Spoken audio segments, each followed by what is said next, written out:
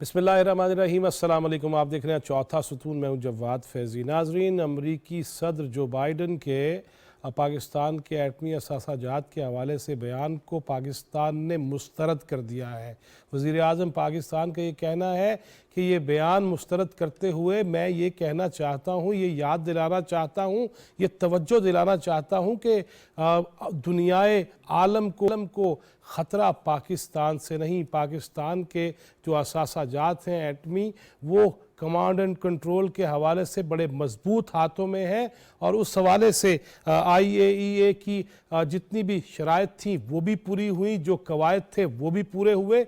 और असल ख़तरा तो उन ममालिक से है जो जौहरी ताकत होने के साथ साथ असलहे की दौड़ में है, सबकत ले जाने में है। और असल ख़तरा तो ये है कि जो इत्तेहाद बन रहे हैं और जो बैनुल अक़वामी सतह पे तवाज़ुन ख़राब कर रहे हैं, तवज्जो उस तरफ देनी चाहिए। और तवज्जो उस तरफ देनी चाहिए कि किसी के राह व रस्म वो जो बढ़ते हुए नज़र आए तो उस पर यह बात कर दी जाए। और नाज़रीन, एक और बात भी कि अमरीकी सदर जो बाइडन ने जिस महफिल में, जिस तकरीब में ये बात की, उनसे सवाल करने वाला कौन था और उस फर्म के डांडे किस फर्म से मिलते हैं जो कुछ अर्सा पहले ही जनाब आली मर्तबत क़िबला इमरान ख़ान ने अपने हवाले से जो मार्केटिंग करने के लिए, लॉबिंग करने के लिए हायर की है और जिसके साथ मुआहदा किया। इस पे बात करेंगे, लेकिन इस बयान पर हमारे वज़ीर ख़ारजा बिलावल भुट्टो ज़रदारी क्या कहते हैं उनको सुनते हैं, उसके बाद वापस आते हैं। As far as President Biden's statement is concerned, I have discussed it with the Prime Minister, and we have summoned the Ambassador of the United States to Pakistan, Mr. Dolan Bloom, to the Foreign Office of Pakistan for an official démarche. We meet each and every international standard in accordance with the IAEA as far as the safety and security of our nuclear assets. If there is any questions as to nuclear safety and security, then those questions should be directed to our neighbor India, who very recently accidentally fired a missile into Pakistani territory. That is not only irresponsible, that is not only unsafe, but raises genuine and serious concerns. जी जनाब, वो कह रहे एक तो मुस्तरद, फिर अमरीकी सफ़ीर को तलब करके जो एहतजाजी मरासला भी दिया जाएगा और कहा जाएगा कि इसमें कोई हकीकत नहीं है। और साथ ये भी बात की कि वो हिंदुस्तान जाके पूछिए ना मुंबई पुलिस के अफसरान से कि वो जिगर जैश पांड्या कौन था, 7.2 kg यूरेनियम जिससे मिला। और हिंदुस्तान के अंदर तो ये दुकानें हैं और स्मगलिंग हो रही है, उस पे किसी के कान पे जूं या छोटी सी कीड़ी भी नहीं रेंग रही। आखिर क्यों? इसी पे बात करेंगे। स्टूडियोज़ में मेरे साथ तशरीफ़ रखते हैं सीनियर सहाफ़ी, तज्ज़ियाकार, कॉलमिस्ट जनाब फ़ारूक आदिल। बहुत शुक्रिया आपके आने का। स्काइप पे हमारे साथ मौजूद हैं दिफ़ाई तज्ज़ियाकार, बहुत बड़ा नाम, जनाब जनरल रिटायर्ड रज़ा मोहम्मद ख़ान। बहुत शुक्रिया जनरल साहब आपके वक्त का। और हमारे साथ फ़ोन लाइन पे मौजूद हैं पीपल्स पार्टी के मरकज़ी रहनुमा जनाब नादर नबील गबोल। बहुत शुक्रिया नादर भाई आपके वक्त का। जनरल साहब से मैं बात करना चाहूँगा। जनरल साहब फरमाइएगा, ये किधर से आ गया अचानक ये बयान, और फिर पूरी दुनिया ख़ास तौर पे हिंदुस्तानी मीडिया भी इसको लेके चल पड़ा, अगरचे हुकूमत पाकिस्तान ने, हमारी रियासत ने इसको टोटली मुस्तरद कर दिया है। क्या फरमाएंगे आप? जी बिस्मिल्लाहिर्रहमानिर्रहीम। बिल्कुल मैं इत्तेफाक करूँगा गवर्नमेंट ऑफ पाकिस्तान की इस स्टांस से कि ये बयान बिल्कुल गैर ज़रूरी था, गैर मुनासिब, और ये एक गलत वक्त के ऊपर ये बयान दिया गया। एक ऐसा वक्त जब कि पाकिस्तान और अमेरिका के ताल्लुकात रीसेट होने जा रहे हैं, और जाहिर बात है कि ये एक डिसइंफॉर्मेशन के ऊपर मबनी है, कोई शायद गलत फहमी उनकी है। लेकिन सोचने की बात यह है कि अमेरिकी सदर को ये तासुर किसने दिया है? क्या ये तासुर उन्होंने, जो अमेरिका की जो इंटेलिजेंस कम्युनिटी है, उन्होंने दिया है? अगर ऐसा है تو میرے خیال میں یہ تو بالکل ہی نان پروفیشنل قسم کا ان کے ایک ایٹیٹیوڈ اس کا ثابت ہوتا ہے. کیا یہ انڈیا نے دیا ہے؟ یہ ممکن ہے کہ انڈیا نے یہ پرسیپشن ان کو دیا ہو, ماضی میں انڈیا ایسا کرتا رہا ہے. کیا یہ این ڈی ایس نے دیا جو سابقہ افغان انٹیلیجنس ایجنسیز تھی؟ میرا خیال یہ ہے کہ میرے خیال میں یہ تینوں جو ہے ان کو ملا کے انہوں نے میرے خیال میں ماضی میں یہ تمام چیزیں امریکہ کو بتاتے رہے ہیں اور ان کو یہ تاثر ملتا رہا ہے. لیکن اس تاثر کو میرے خیال میں اس پرسیپشن کو بدلنے کی ضرورت ہے اور اس پہ ہمیں بہت کام کرنا پڑے گا. اس کے لیے ہمارے ڈپلومیٹک آفس کو, ہماری انٹیلیجنس کمیونٹی کو, ہماری جو فارن آفس ہے پلس ڈپارٹمنٹ آف ڈیفینس, ان سب کو جو ہے اس تاثر کو چینج کرنا پڑے گا. اچھا یہ میں آپ کو بتاؤں, دیکھیں انہوں نے پریزیڈنٹ بائیڈن نے 3 سینٹینسز کہے ہیں. ایک پہلا سینٹینس تو یہ ہے کہ Pakistan is one of the most dangerous countries of the world, دنیا کے ایک بہت ہی خطرناک ملک ہے. اس نے وجہ یہ بتائی ہے کہ ان کے پاس نیوکلیئر ہتھیار ہے لیکن ان کے پاس کوہیشن نہیں ہے. استعمال جو انہوں نے لفظ کیا وہ کوہیشن کا ہے, جس کا اردو ٹرانسلیشن بنتا ہے کہ ہم آہنگی نہیں ہے, اتحاد نہیں ہے, اتفاق نہیں ہے. اب یہ جو چیزیں ہیں اس کے اوپر ہم نے سوچنا ہے کہ اس سے ان کا کیا مطلب ہے. کیا ان کا اشارہ جو ہمارے پاس آج کل جو سیاسی شدید پولرائزیشن ہے کیا اس کی طرف ہے؟ کیا ان کا اشارہ جو ہے بلوچستان میں یہ جو اکا دکا دہشت گردی کے واقعات ہو رہے ہیں, چاہے وہ بی ایل اے یا بی ایل ایف کی طرف سے ہے, یا جو ٹی پی پی کے کچھ جو حملے ہو رہے ہیں, کیا ان کا اشارہ اس کی طرف ہے؟ تو یہ تو چیزیں میرے خیال میں یہ صحیح ہے اور اس کے اوپر گورنمنٹ آف پاکستان اور آرم فورسز اس سے آگاہ ہیں اور اس کا مقابلہ کر رہے ہیں. اور حکومت کو یہ بھی پتا ہے کہ ان تمام حملوں کے پیچھے کون ہے. ہمیں پتا ہے کہ یہ انڈیا ہے اور پھر انڈیا کچھ دوست ہیں جو کہ اس طرح کے حملے کر رہے ہیں, لیکن اس کا یہ ہرگز مطلب نہیں ہے کہ ہمارے ملک کے اندر اتحاد اور اتفاق کی کمی ہے.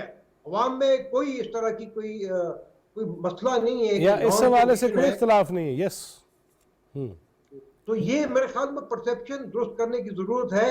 اور جو ہم نے اس کے اوپر ابھی ریاکشن دیا ہے ایٹ دا ہائیسٹ لیول, چاہے وہ گورنمنٹ کی طرف سے ہو چاہے اپوزیشن کی طرف سے ہو, یہ مناسب ہے, لیکن اس کے اوپر اوور ریئیکشن نہیں کرنا چاہیے. کیونکہ ذہن میں آپ نے رکھنا ہے کہ انہوں نے پریزیڈنٹ بائیڈن نے یہ جو سٹیٹمنٹ دی ہے یہ دیکھو کس کو دی ہے, یہ آڈینس کیا تھی. یہ ڈیموکریٹک کانگریشنل کمیٹی ہے جو کہ پالیسی میکنگ جو ہے نا ادارہ نہیں ہے.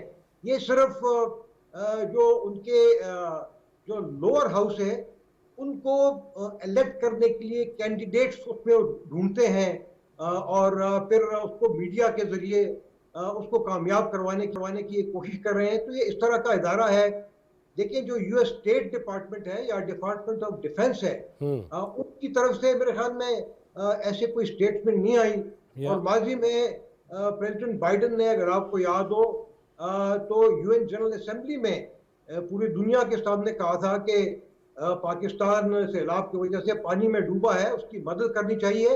اور اس سے کچھ ہفتے پہلے انہوں نے جو F-16 کے حصوں پرزوں کے اوپر جو سینکشنز تھے تقریباً $400 ملین کے, وہ سینکشنز انہوں نے ہٹا دیے تھے.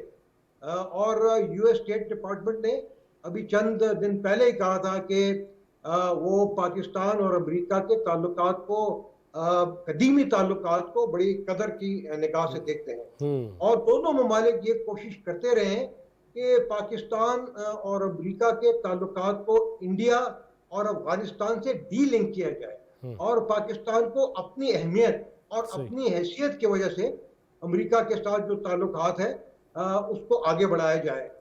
تو اس آپ پس منظر میں اگر آپ اس کو دیکھتے ہیں تو میرے خیال میں جو ریئیکشنز ہیں ہماری طرف سے وہ مناسب ہے, لیکن اس بیان کی وجہ سے میرے خیال میں پاکستان اور امریکہ کے تعلقات خراب نہیں ہونے چاہیے. فاروق عادل صاحب, جیسے جنرل صاحب فرما رہے ہیں کہ کچھ دن پہلے ان کے جو خیالات ہیں اور اچانک یہ, اور ایسے کسی بڑے پلیٹ فارم پہ انہوں نے نہیں کہا, لیکن اس خطے میں تو ہندوستان تو اچھالے گا اس بات کو, ہمیں اوور ریئیکشن نہیں دینا چاہیے. جنرل صاحب نے بہت باریک بینی سے اور بہت ہی مناسب طریقے سے پورے معاملے کا جائزہ لیا ہے, اور میرا خیال یہ ہے کہ انہوں نے کوئی کسر اس سلسلے میں چھوڑی نہیں ہے. انہوں نے 2-3 باتوں کی طرف ہمیں اشارہ کیا, جیسے کہ کچھ عرصہ پہلے انہوں نے ہمارے فنڈ بحال کر دیے تھے, اور انہوں نے یہ اعلان کیا تھا کہ ہم معاملات کو, پاکستان کے ساتھ تعلقات کو ری وزٹ کر رہے ہیں اور بہتر بنا رہے ہیں ماضی کے مقابلے میں. تو اس کے بعد پھر کچھ اور چیزیں بھی رونما ہوئیں. ایک چیز یہ رونما ہوئی کہ اسلام آباد میں جو واشنگٹن کے سفیر ہیں وہ مظفر آباد گئے اور دیگر مقامات پر بھی گئے, اور مظفر آباد میں اس ریسٹ ہاؤس میں جا کے قیام کیا جس میں تحریک پاکستان کے دوران قائد اعظم ٹھہرے تھے, اور وہاں جا کے انہوں نے پاکستان کے زیر انتظام کشمیر نہیں کہا, کشمیر کہا. تو جب یہ تبدیلی رونما ہو رہی ہے تو اس تبدیلی کے فوراً ساتھ ہی, یعنی ذرا سا آگے جا کر یہ کہنے کی کیا ضرورت پیش آئی کہ ہم پاکستان کے جو قوم ہے بڑی خطرناک ہے اور اس کے جو کوہیت نہیں ہے اس کے ایٹمی پروگرام میں. تو بظاہر یہ لگتا ہے کہ کیرٹ اینڈ سٹک کا معاملہ ہے کہ ایک طرف آپ کیرٹ بھی دکھا رہے ہیں اور دوسری طرف آپ سٹک بھی دکھا رہے ہیں. تو کیرٹ اینڈ سٹک یا یہ جو خرابی یہ جو آثار نظر آ رہے ہیں جس خرابی کے پیدا ہونے کے, اس کی وجوہات ہمیں امریکہ کی طرف بھی ضرور تلاش کرنی چاہیے, لیکن اپنے اندر بھی تلاش کرنی چاہیے. مثلاً یہ سوال کس نے کیا؟ یہ سوال کیا ہے ڈیوڈ فینٹن نے. ڈیوڈ فینٹن کون ہے؟ ڈیوڈ فینٹن صاحب اس لابنگ فرم کے آدمی ہیں جسے عمران خان نے ہائر کیا ہے بہت خطیر رقم پر اپنی پی ٹی آئی کی لابنگ کے لیے امریکہ میں. تو اب آپ ذرا ان ڈانڈوں کو آپس میں ملائیے تو یہ کیا آپ کے سامنے منظر آتا ہے. اس کے بعد پھر آپ یہ دیکھیے کہ عمران خان اور پی ٹی آئی کی طرف سے کس طرح سے اس کو ایکسپلائٹ کیا جا رہا ہے. تو ایک پہلو تو اس کا یہ بھی ہے, اس کو ہمیں ضرور پیش نظر رکھنا چاہیے. صحیح. نادر بھائی آپ کیا فرماتے ہیں, کیا کہتے ہیں آپ؟ ماشاءاللہ امریکہ اور باقی پوری دنیا بھی دیکھی ہوئی ہے. یہ جس طرح فاروق عادل صاحب فرما رہے ہیں کہ اگر کوئی فرم ایسی ہائر کی گئی ہے اور سوال اس طرف سے آیا ہے, لیکن امریکی صدر تو امریکی صدر ہے نا, اس کو تو محتاط رویہ اختیار کرنا ہی چاہیے تھا نا. دیکھیے جی, آپ نے صحیح فرمایا. الحمدللہ I had the honor of serving in the foreign office میں نیو یارک میں اور واشنگٹن میں ایز اے ڈپلومیٹ میں نے پاکستان کے لیے خدمات انجام پیش کیے ہیں. تو I am very privy to diplomatic issues, and because ایک سیاسی فیملی سے میں تعلق رکھتا ہوں, ایک سیاسی بیک گراؤنڈ ہے, تو پولیٹیکل ایشوز بھی میں سمجھتا ہوں. تو بائیڈن صاحب کا جو جو ان کے ریمارکس تھے they basically political, but in کو پولیٹیکلی بھی یہ چیز ڈیمیج کرے گی, بیکاز ہی شوڈ ریئلائز کہ اس وقت پاکستان اور یو ایس کے جو ریلیشن شپ ہے بہت سینسیٹیو موڈ سے گزر رہے ہیں. جو عمران خان کا ایک بیانیہ تھا جو انہوں نے کوشش کی تھی کہ پاکستان اور امریکہ کے ریلیشن شپ اور پاکستانی عوام کے اندر امریکن کے لیے نفرت پیدا کرنے کی جو کوشش کی تھی, اس کو نظر رکھتے ہوئے بائیڈن صاحب کو بہت ذمہ داری سے پاکستان کے اوپر کومنٹ کرنے چاہیے. اور اس طرح کا کومنٹ پاکستان یو ایس کے ریلیشن شپ کے لیے بہت ڈیٹرمنٹل بھی ہے اس وقت, اور لانگ ٹرم میں بھی افیکٹ کریں گے. اور اگر خدا نخواستہ عمران خان واپس آ جاتے ہیں, بیکاز اس طرح کے اگر بیان امریکن صدر سے آتے ہیں تو پاکستانی عوام تو پھر بولے گی کہ عمران خان صحیح بول رہا تھا, حالانکہ ہمیں سب کو پتہ ہے کہ وہ جھوٹ بول رہا ہے. اور ہم نے فیکچوئل ڈیٹا پیش کیا, اور جو اس کے علاوہ جو لیکس آئے ہیں وہ ساری کورسپونڈنس سامنے جو آئی ہے جو اسد مری صاحب نے بھیجے تھے, اس کے بعد ہم نے بڑی مشکل سے پاکستان کی عوام کے سامنے عمران خان کا پردہ فاش کیا تھا کہ وہ جھوٹ بول رہا ہے. بٹ اگر بائیڈن صاحب خود اس طرح کی باتیں کر رہے ہیں کہ پاکستان ڈینجرس ہے اور کوہیژن نہیں ہے, تو پھر پاکستانی عوام سوچے گی کہ عمران خان کی باتوں میں شاید کچھ سچائی تھی. تو اگین آئی ہوپ کہ جو بائیڈن صاحب کے جو سیکرٹری آف اسٹیٹ ہے ان کے اور جو ان کے ایڈوائزرز ہیں, جو ان کا پورا کابینہ ہے, وہ ان کو ایڈوائز کرے گا کہ اس بیان کا ایکسپلینیشن دے. But at the same time I am very proud of Bilawal Bhutto صاحب, جو کہ میرے پارٹی کے لیڈر بھی ہیں اور ہمارے فورن منسٹر بھی ہیں. انہوں نے بڑا سخت ایکشن لینے جا رہے ہیں جو یو ایس امبیسڈر کو طلب کر رہے ہیں, کیونکہ ماضی میں کبھی بھی ایسا نہیں ہوا ہے. माजी में इमरान खान जब प्राइम मिनिस्टर थे ज़्यादा ट्वीट कर लेते थे या मीडिया पे कोई बात कर लेते थे, पर अगर एम्बेसडर को तलब करना और एक अपना एहतजाज रिकॉर्ड कराना, ये एक ऑफिशियल चीज़ है, एक ऑफिशियल एक पैगाम जाएगा वाशिंगटन और बाइडन साहब तक जाएगा कि पाकिस्तान ने बहुत स्ट्रिक्ट ऑब्जेक्शन लिए आपके रिमार्क्स के ऊपर।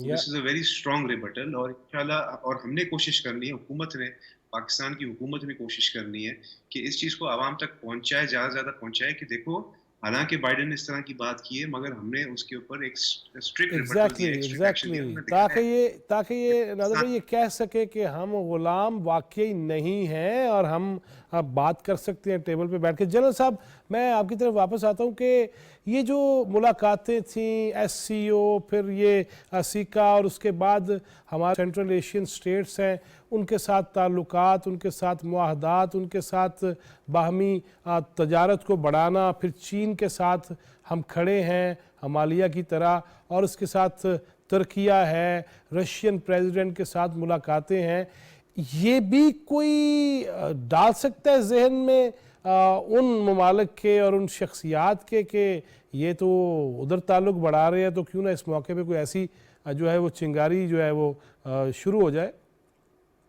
बिल्कुल, मेरे ख्याल में देखिए, जो बाइडन साहब ने जो तकरीर की उसका उन्वान ही यही था कि दुनिया में जो तब्दीलियां रूनुमा हो रही हैं उसकी वजह से दुनिया के बहुत सारे ममालिक जो है वो अपने अलायंसेस में उसके ऊपर दोबारा गौर कर रहे हैं, और उन्होंने रशिया की मिसाल दी कि वो यूक्रेन में क्या कर रहा है। साथ ही उन्होंने ये कहा कि चीन के जो ताल्लुकात हैं रशिया के साथ, इंडिया और पाकिस्तान के साथ, तो वो कैसे उसको रीबैलेंस करने की वो कोशिश कर रहे हैं। तो उनके जहन में बिल्कुल ये बात भी है कि भाई ये जो हमारे ताल्लुकात हैं चीन के साथ या जो रशिया के साथ है या दूसरे जो ममालिक के साथ हैं, उसका क्या इम्पैक्ट पड़ेगा, जो अमेरिका के रीजनल उसके ऑब्जेक्टिव्स हैं या जो उसके जो इंटरेस्ट है उसके ऊपर क्या इम्पैक्ट पड़ेगा, तो यो भी जरूर मेरे ख्याल में उनके जहन में होगा। लेकिन मेरे ख्याल में इनको वाज़ेह तौर पे बताने की ज़रूरत है कि अफवाज पाकिस्तान से या उसके हथियारों से, चाहे वो कन्वेंशनल हो या जौहरी हथियार हो, उससे मेरे ख्याल में सिर्फ पाकिस्तान के दुश्मनों को खौफजदा होने की ज़रूरत है और किसी को खौफजदा होने की ज़रूरत नहीं है।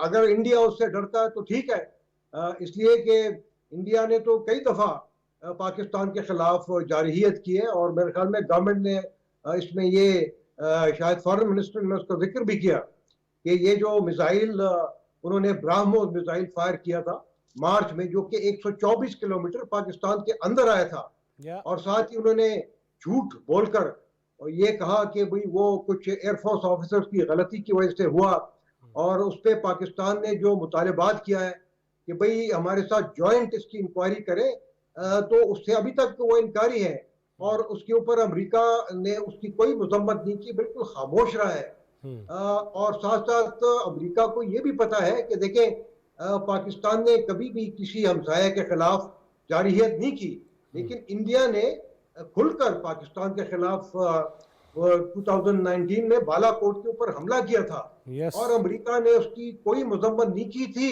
उस वक्त एक न्यूक्लियर जंग का खतरा था और प्रेसिडेंट ट्रंप जो है वो कह भी चुके थे कि उन्होंने एक्चुअली इंटरफेरेंस करके और उसको फिर जो है कूल डाउन करवाया था। तो मेरे ख्याल में प्रेसिडेंट बाइडन को ये समझाने की जरूरत है, उनके अपने ऑफिसर्स की तरफ से भी और हमारी तरफ से भी एफर्ट होने की जरूरत है कि अगर खतरा है तो वो इस बात का है कि ये जो अनरिजॉल्व इश्यूज हैं इंडिया और पाकिस्तान के दरमियान, पर्टिकुलरली कश्मीर का जो मसला है, उसमें उनको चाहिए कि उसको रिजॉल्व करें यूएन सिक्योरिटी काउंसिल के रेजोल्यूशन से।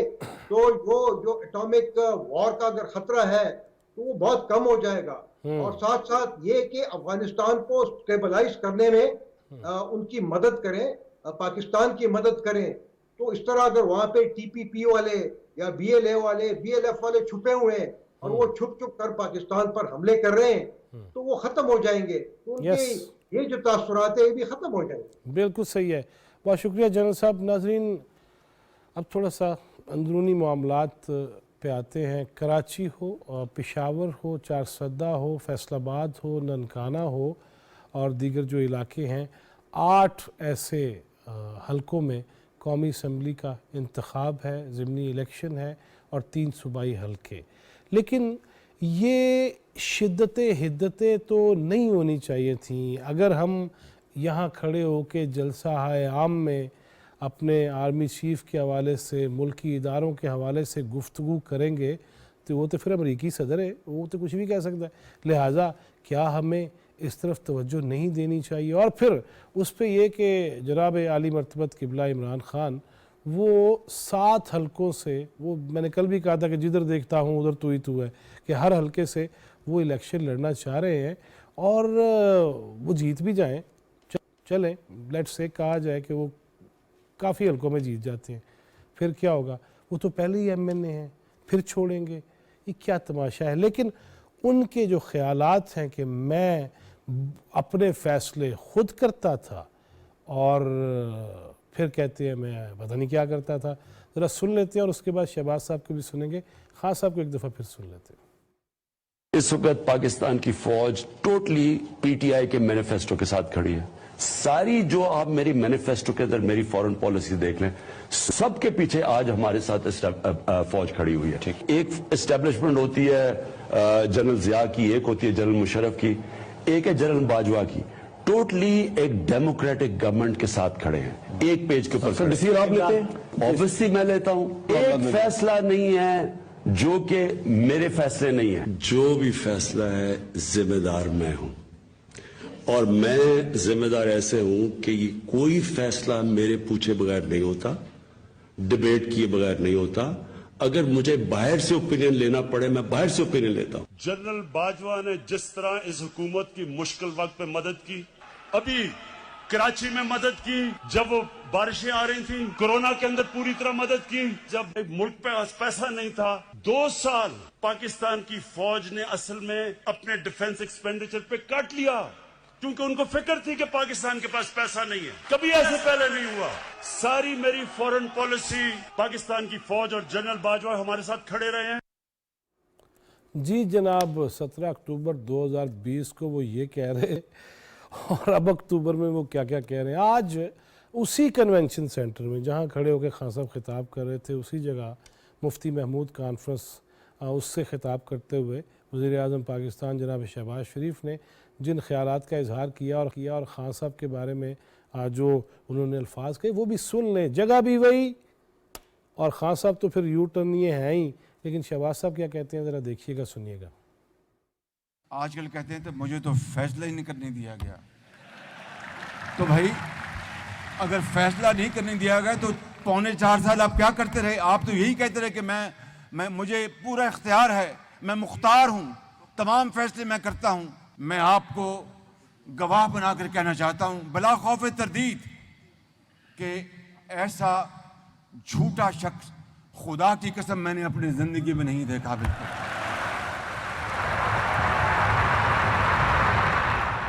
صبح سے لے کے رات تک، سر سے لے کے جی جناب، اور مجھے خوشی اس بات کی بھی ہوئی کہ جمعیت علماء اسلام کے اس فنکشن میں، اس کانفرنس میں نم اور تالیاں بج رہی تھیں. خان صاحب جنہیں آپ مختلف نام دیتے ہیں نا، وہ بھی تالیاں بھی بجا سکتے ہیں، مولوی بھی تالیاں مار سکتا ہے. لہٰذا ہاں جی فاروق عادل صاحب، یہ دیکھیں نا، یہ تو ایسا فینومینا ہے عمران خان صاحب کا. تو وہ تو شروع دن سے ان کی یہی عادت رہی ہے کہ ایک سانس میں ایک بات کہتے ہیں، دوسری سانس میں وہ دوسری بات کہتے ہیں. یہ جو سٹیٹمنٹ ہم نے ابھی سنے ہیں، یہ تو وقفے سے 3 سٹیٹمنٹ ہے نا، لیکن انہوں نے تو ایک سٹیٹمنٹ میں ایک ہی موقع پر اگلی سانس میں دوسری بات کہی ہے. تو یہ تو ترہ امتیاز ہے خان صاحب کا. تو اس میں تو ہمیں یعنی کہ ساتھ چوٹ. اچھا ایک بات میں آپ سے اور عرض کرنا چاہتا ہوں. میں ذرا ویلکم کر لوں جناب سینیٹر غوث محمد نیازی صاحب نے ہمیں جوائن کیا. بہت شکریہ نیازی صاحب آپ کے وقت کا. فاروق عادل صاحب سے ہو کے پھر میں آپ کی طرف آتا ہوں. آج میاں علی چل رہے ہیں، پھر کراچی چلیں گے. اچھا میں گزارش یہ کرنا چاہ رہا ہوں کہ جب ہم چیزوں کا جائزہ لیتے ہیں، اس وقت کرائسس جو بائیڈن کے بیان سے پیدا ہوا ہے، جس کا ریلیشن ہماری پولیٹکس کے ساتھ ہے اور عمران خان کی اس پوری نیریٹو کے ساتھ ہے، تو اس کو بھی ذرا جائزہ لینے کی ضرورت ہے ہر اعتبار سے. دو پہلو اور سامنے آتے ہیں. ایک پہلو یہ ہے جو بائیڈن کے بیان کا کہ عمران خان نے یہ کہا تھا کہ یہ تو فورن ایڈڈ حکومت ہے, باہر کی حکومت ہے, اور امریکہ نے انسٹال کی ہے اس کی حکومت گرا کے عمران خان کی نا, تو وہ تو بیانیہ جو ہے, تو وہ بیانیہ تو اس سٹیٹمنٹ سے جو موجودہ حکومت کے بارے, موجودہ حکومت کے بیٹھے ہوئے, اس نے پاکستان کے بارے میں جو بائیڈن نے بیان دیا ہے, تو اس سے کیا پتہ چلا؟ اس سے تو یہ پتہ چلا کہ یہ بیانیہ جو عمران خان دے رہے ہیں وہ نہیں ہے.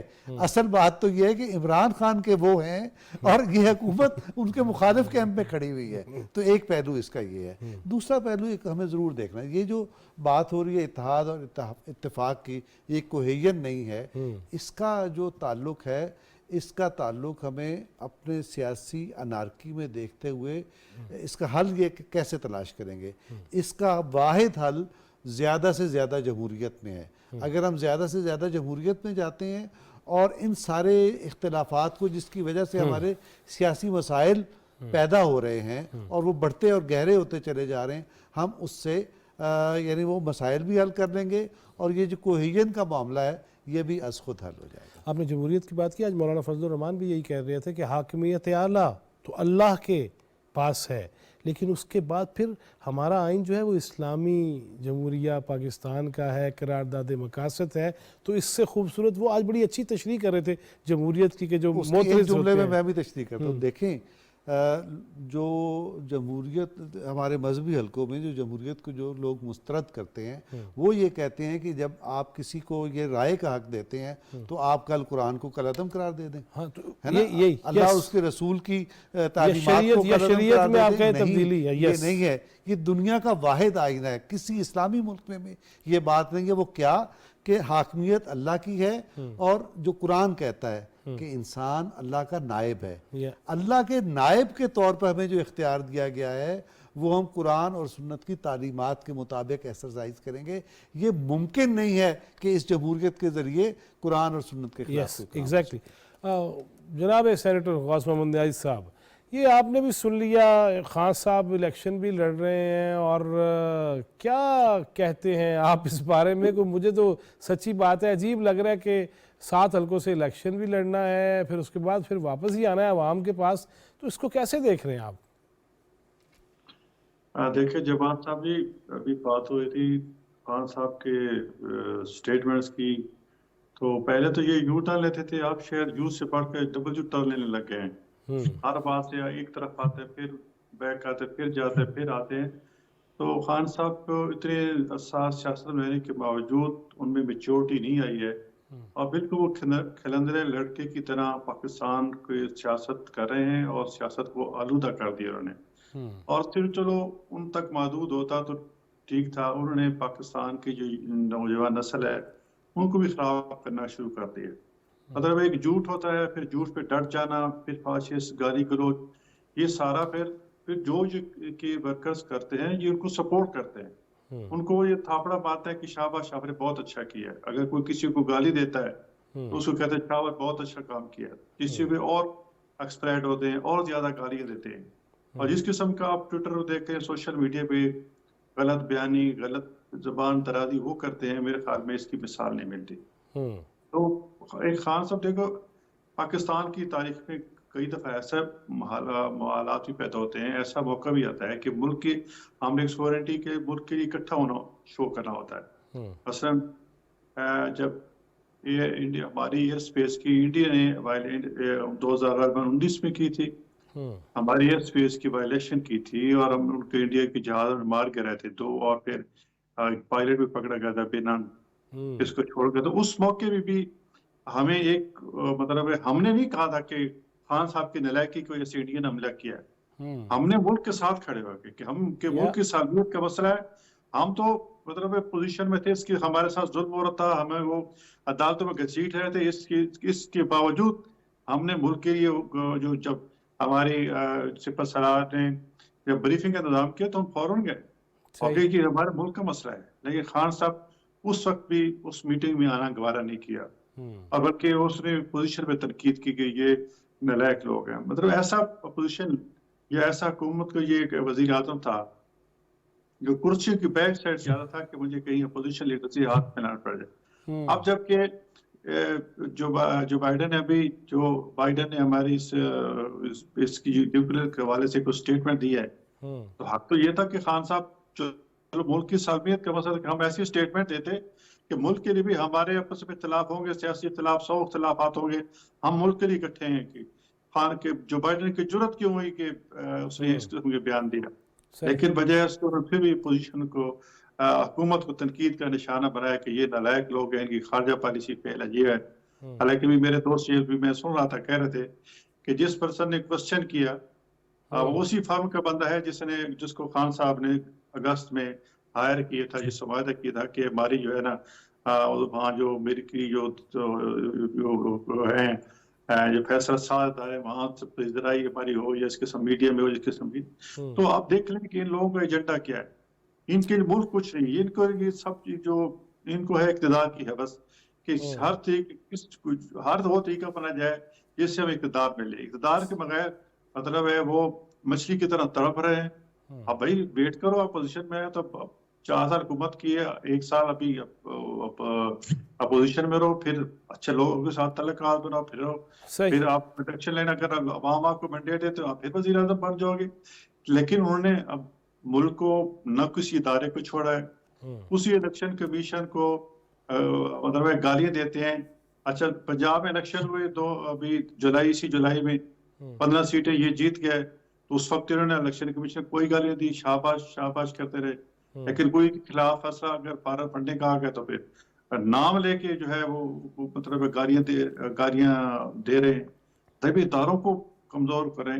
असल में खान साहब की पॉलिसी है कि इदारों पे प्रेशर डाल के अपनी मर्जी के फैसले लिए जाए, और मेरे ख्याल में हमारे इदारे भी समझ चुके हैं।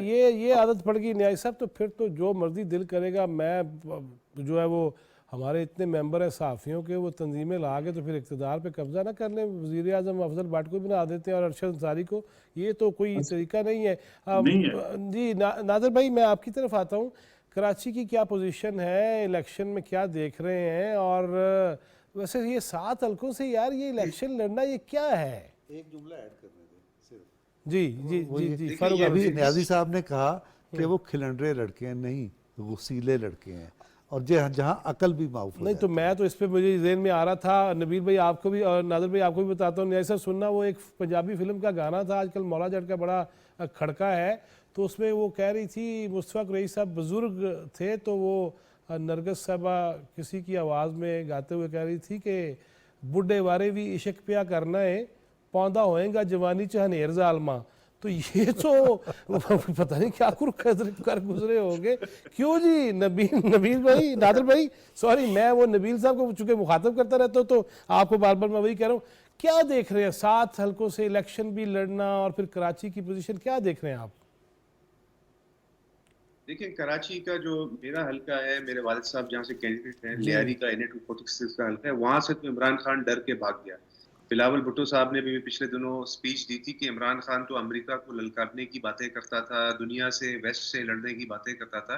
लियारी के सीट से वो डर के भाग गया। उसने अपने जो साबका उसका MNA था उसको जाके बोला कि कोर्ट में जाके चैलेंज कर लो कि मैंने तो इस्तीफा दिया ही नहीं। तो ये तो इसका हाल है। बाकी भी इन्होंने कोशिश किया, पर वहाँ पे जज साहिबान ने उनकी बातें नहीं सुनी। पर अनफॉर्चुनेटली जो हमारा हल्का है लियारी, वहाँ पे कोर्ट ने फिलहाल एटलीस्ट इलेक्शन रोक दिया। अभी उम्मीद है कि वहाँ पे भी इलेक्शन होगा, और इमरान खान, मुझे उम्मीद है कि लियारी समेत तमाम हल्कों से मलीर हो जाए।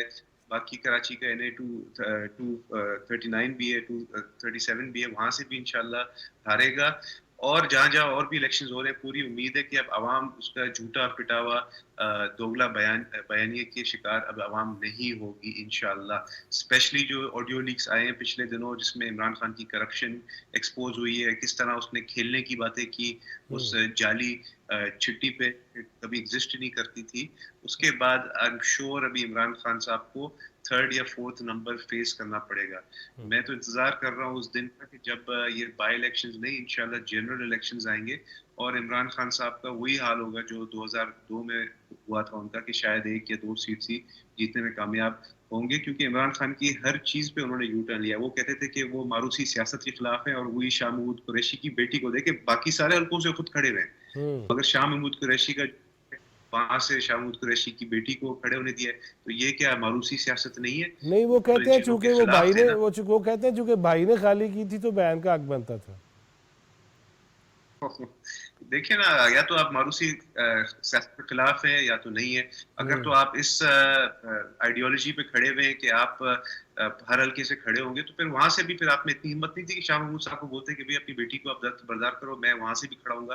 अपने पार्टी के अंदर तो आपकी गलती नहीं है। अभी सुनने में आ रहा है कि इमरान खान की पार्टी जो खुद टूट का शिकार है, उसके अंदर भी ग्रुप बंदी हो रही है। बल्कि प्रेसिडेंट आरिफ अलवी साहब जो कि इमरान खान साहब की हर हाँ में हाँ मिलाते थे और लगता ही नहीं था कि वो प्रेसिडेंट है जब इमरान खान साहब प्राइम मिनिस्टर थे, तो आज वो भी बोलने पे मजबूर हो गए हैं कि जो बयानिया है इमरान खान का वो शायद सच्चा नहीं है, उसमें शायद सच्चाई नहीं है। कुछ दिनों में वो ये भी बोल देंगे कि नादिर भाई मुझे ये भी बताइएगा, अगर वो इस्लामाबाद की तरफ चढ़ाई की जो बातें कर रहे हैं तो क्या समझ रहे हैं कराची से और सिंध से कितनी रसद मिलेगी उन्हें, कितने लोग आएंगे उनके साथ?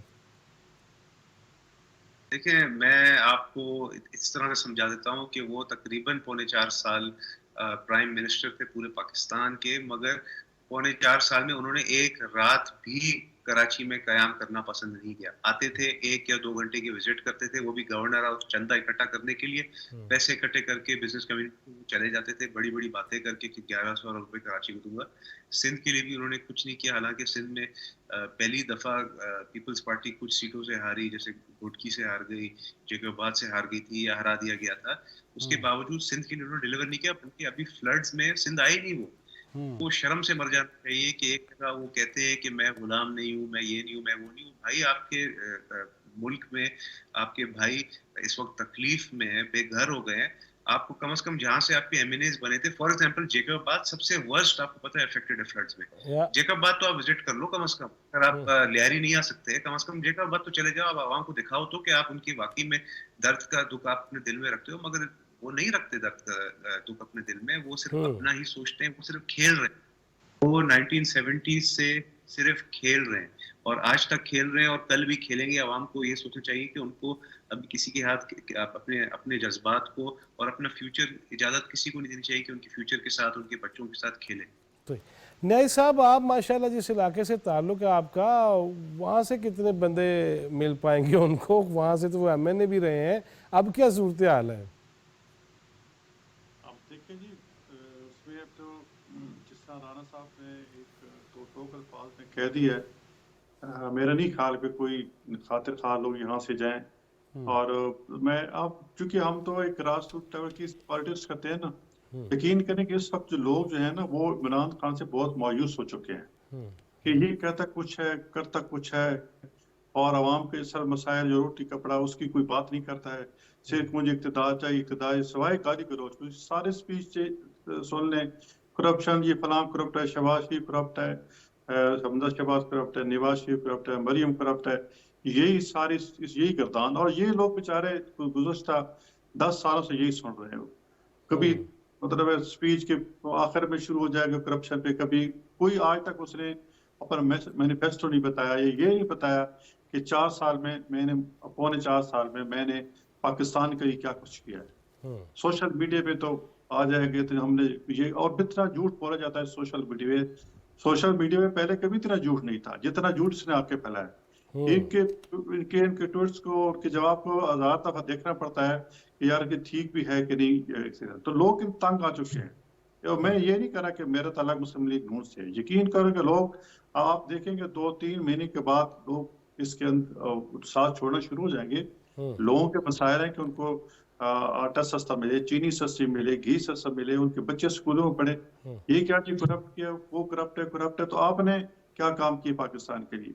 और ऐसे झूठे केस बनाए, नैब को पोलिटिसाइज कर दिया, FIA को पोलिटिसाइज कर दिया। बशीर मेमन के इंटरव्यू देख लें कि वो किस किस्म के उनका अंदाज हुकूमत किस किस्म का था, किस किस्म के उन्होंने केस बनाए थे। उनका ख्याल था कि मैं इनको दीवार से लगा के झूठे केस में डिस्क्वालीफाई करा के मैं अगला इलेक्शन स्वीप करूंगा 2/3 मेजॉरिटी से। तो ये तो अल्लाह ताला की मेहरबानी है कि ये इससे जान छूटी है। और जब आप देखेंगे 2-3 महीने के बाद लोग इससे बिल्कुल इनसे हट जाएंगे और सिर्फ चंद सीटों तक, आप जिस तरह मेरे भाई ने कहा, चंद सीटों तक महदूद हो जाएगा। क्योंकि कुछ भी नहीं, हाँ मतलब इसने हमेशा धोखा दिया, एस्टेब्लिशमेंट को बेकार में धोखा दिया। मेरे पास 200 बंदे की टीम है और वो पाकिस्तान की मीशत को ऐसे कर देंगे, वो कर देंगे। इसकी मीशत क्या ठीक करनी थी, इसकी बड़ी तोप थी वो असद उमर साहब थे। असद उमर साहब 6 दिन बाद ही कोलैप्स नहीं तो कर न्याय साहब इनकी बात पे यकीन कर लिया गया, इतने इदारे हैं, कुछ चेक ही कर लेते कितने बंदे ने। गए। जी दोबारा मैं नहीं सुन सका। मैंने कहा कि आप जो कह रहे हैं ना इनकी बातों में, इन्होंने कहा 200 बंदा है तो कम से कम चेक ही कर लिया जाते कि वाकई 200 है या नहीं है, तो ताकि 200 ये 200 खिलने लड़के थे जो सोशल मीडिया पे कभी $200 बाहर से लाते थे, कभी बाहर से अंदर ले जाते थे, वही लोग थे, कोई टीम नहीं थी इनके पास। सही सही सही। फारूक आदिल साहब, जिस तरह अभी फरमाया नादर भाई ने कि ये एक रात भी नहीं रहे, चले वो तो इनके लिए वो मनूस शुगन के तौर पे कहा जाता था। आज शहबाज साहब भी जिक्र कर रहे थे कि जादू टूने की बड़ी बातें होती रही और मौलाना भी फूंक मार देंगे, कोई ना कोई हालात ठीक हो जाएंगे। तो ये जाना नहीं, बैठे हैं कोयटा के अंदर लाशें रख के, मैं नहीं आना, और ये क्या है सारा कुछ कि किसी भाई आप पूरे पाकिस्तान के वज़ीर आज़म थे ना, तो पूरा हक तो हर एक को देना चाहिए था, वो सिंध हो, बलूचिस्तान हो, वो केपी के हो, वो पंजाब हो। मैं नहीं जाना खेड़ियां दे नाल। तो देखें, वो बुनियादी बात ये है कि ये जो स्टेट क्राफ्ट है ना, और ये जो इक़्तिदार के ऐवान में बैठ के हुकूमत करने का जो अमल है, वो सीखना पड़ता है। वो आप तलबा तंजीम से आते हैं, लेकिन वो तो कहते हैं इल्म तो सारा बाबा इल्म जिन जानता है, यानी कि मुझे ही पता है हर चीज़ का। हाँ। यानी आप स्टूडेंट यूनियन से आते हैं, आप काउंसलर बनते हैं बलदियाती इदारे से, सूबाई असम्बली में, अब सीखते सीखते ऊपर आते हैं और बिल आखिर आप मन जाते हैं। तो भाईजान तो बिल्कुल इस मामले में कोरे हैं। ये दुरुस्त है कि वो अपने आप को इल्म का पहाड़ समझते हैं, लेकिन वो इल्म का जो जितना बड़ा वो पहाड़ था, वो तो 4 साल में हमारे सामने आ गया है। अब दो बातें जो है ना बड़ी ज़रूरी हैं ये समझने के लिए। एक ये कि ये जो इलेक्शन ज़िमनी होने जा रहे हैं, इनके नताइज क्या होंगे। जैसे नादिर साहब ने कहा कि ये फारिग हैं,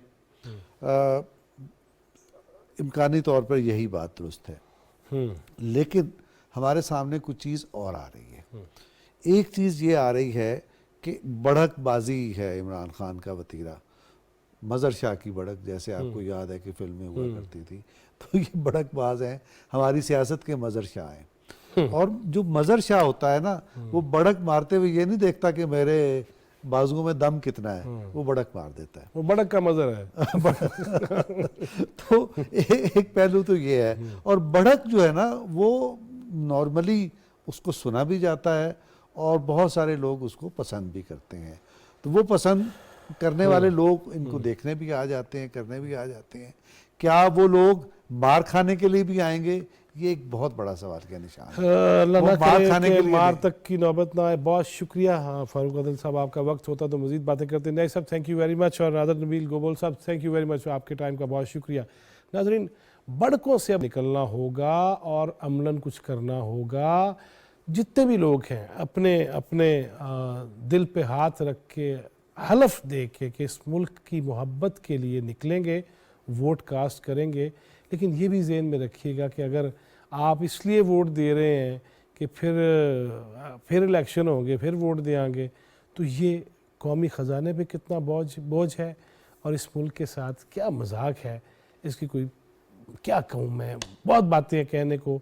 लेकिन फिर वही है कि अल्लाह ताला के हुजूर ये दुआ करनी चाहिए कि मुझ समेत हम सब को और ख़ान साहब को ख़ास तौर पे राह हिदायत दे और उस पर अमल करने की तौफीक दे।